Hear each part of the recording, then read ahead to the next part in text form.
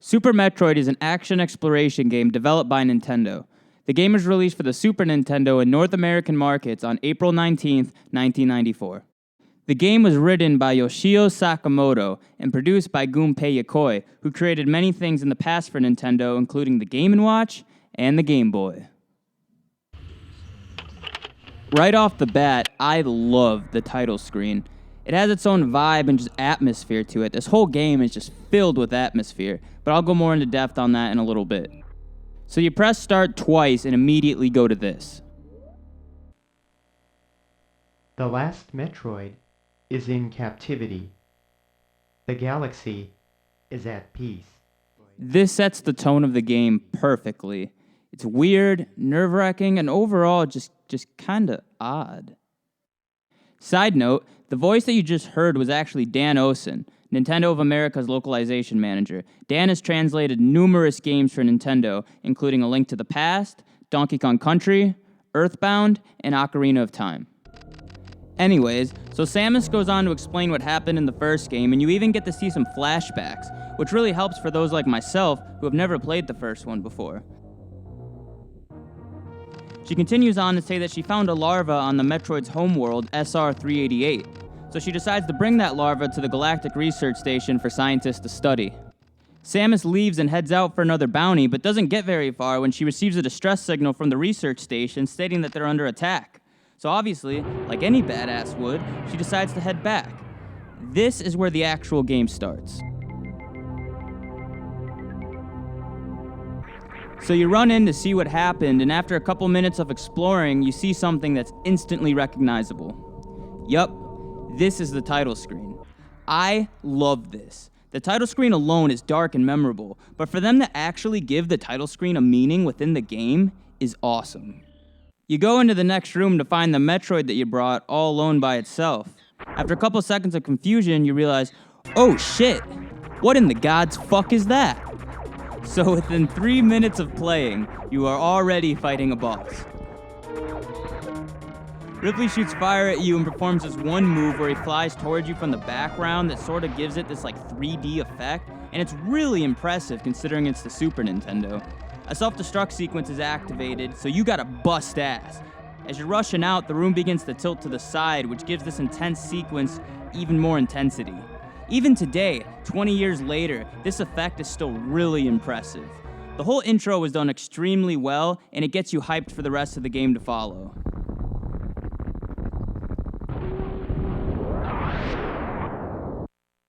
So let me start off by saying that this game feels so fucking massive. In reality, I'm sure if you looked at a map of the game, you'd find that it's not that big, but it definitely feels like it is. A big part of this is because there's so many different environments. There's dark caves, grassy caves, areas underwater, sandy areas, volcanic areas, and so much more. I mean, it feels like every room you go into is completely different than the previous one. And a lot of the areas have these little things going on in the background. My favorite example of this is this one area with these like pinkish white petals falling in the background. In really hot areas, you can even see the heat coming off of the ground. The amount of environmental diversity is extremely impressive, as well as the attention to detail. There's a ton of backtracking in this game, and I mean a ton of backtracking. Like half the game is spent going back to places that you've already been to before. And at first glance, this may sound like a negative, but it's really not. It's actually a positive. You notice early on in the game that there are these doors with different colors that you can't open. You soon realize that you need a different weapon for each different colored door. Missiles open purple, super missiles open green, and power bombs open orange.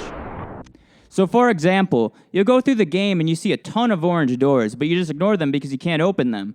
But eventually you find the power bombs, which in turn gives you access to all of those orange doors that you passed. So now you backtrack and go back to those doors that you passed early on. And a lot of those doors lead the way to new environments and new equipment. I found this to be so cool. It gives the backtracking meaning, and it's really exciting when you come back to the surface and can finally go into that area that you saw 5 hours ago. But we don't play games just to look at them. We play games for the gameplay, and the gameplay in Super Metroid is excellent. Whether you're taking down enemies, exploring, or farming for energy, the game is just a lot of fun to play. While we're sort of on the topic of enemies, these guys are the fucking worst. First off, they look like a pair of pussy lips with teeth. And it's impossible to avoid them. So usually what happens is you fall into the pussy and you're trapped as it sucks the energy out of you. I mean, I almost feel like the developers were trying to make some sort of life message or metaphor with this situation. When it finally lets you go, you jump to escape and go right back into another one.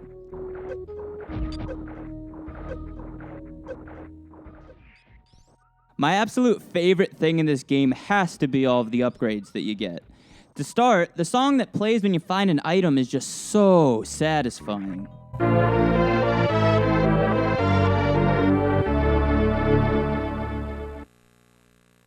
I'm not going to go over all of them since that would take forever, so I'll go over a couple of my favorites.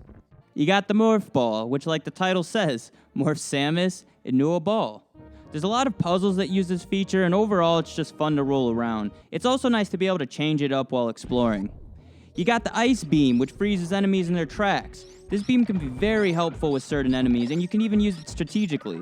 If you can be quick enough, you can use the Ice Beam to freeze enemies and then jump on top of them to reach areas that you wouldn't have been able to reach previously.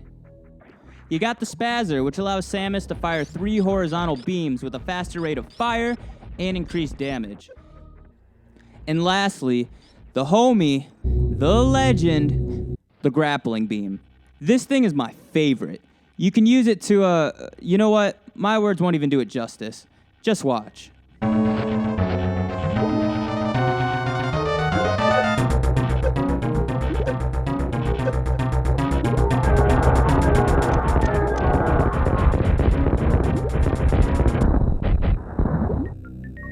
Alright, now tell me that's not awesome. There's so many different upgrades in this game. I mean, I only went over 4. Overall, there's 16 of them.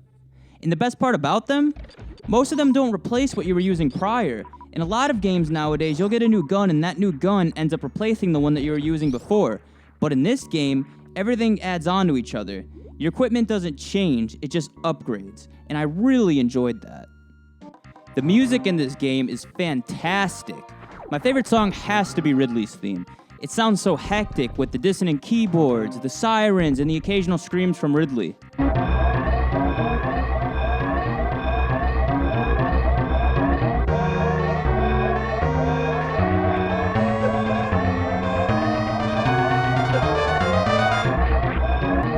You gotta love it.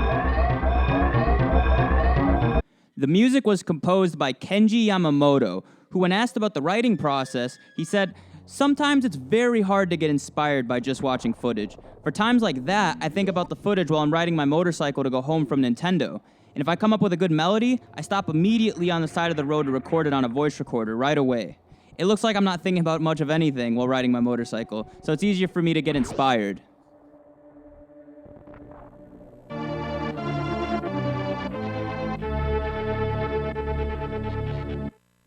So the end of the game. You walk into this room and immediately it's Attack of the Killer Cheerios. I mean, seriously, what the hell are these things even supposed to be? So you shoot missiles at the barriers and just unload everything on Mother Brain. And that's it. That's Super Metroid.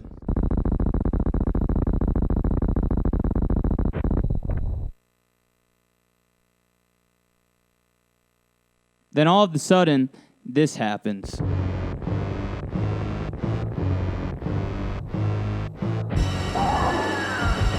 Holy shit.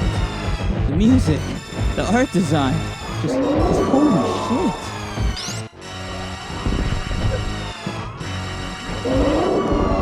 So you're getting your ass kicked, and then out of nowhere comes that Metroid that you brought at the beginning of the game, and now it starts beating the shit out of Mother Brain. This is probably the biggest squad moment I've ever had in a video game. So after the Metroid beats Mother Brain, it begins to heal Samus. But then once again,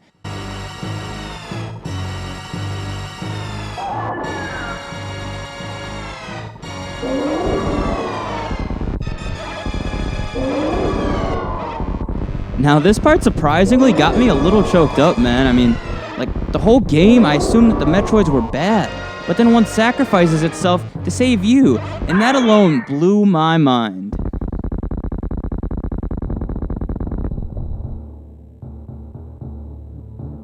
Once it dies, Samus just loses her shit. I don't even know how to describe this. She just goes fucking nuts. So you take down Mother Brain, run to the surface, hop in your badass ship, and that's the game. But for real this time. That's Super Metroid.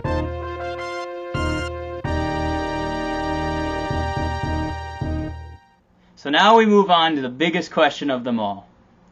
Is it ass? Putting this game and ass in the same sentence should be a felony. This game is fantastic. The gameplay is great. The art design is great. The music is great. I mean, it's been a week since I beat the game, and I'm still sitting here humming the songs to myself while I'm at work. And the game is aged very, very well. I mean, the developers were able to do so much with such little technology and resources. I mean, it's really amazing. The game even gives you a percentage of the amount of items that you found. I think I found like 60% or something like that, which just seeing that alone makes me want to replay the game. So the replayability factor is definitely there. So for those reasons, the final score for Super Metroid is a 9.5 out of 10. Alright guys, well I hope you enjoyed my review of Super Metroid. Well now I'm a Metroid fan, so I probably gotta play through the Prime Trilogy, right? So definitely look forward to those reviews in the somewhat future. Did you play Super Metroid when it first came out? I'm sure if you did, you probably have a story, so leave that below in the comments. Alright guys, well I'm getting out of here. I hope to see you guys on another episode of Is It Ass? Peace!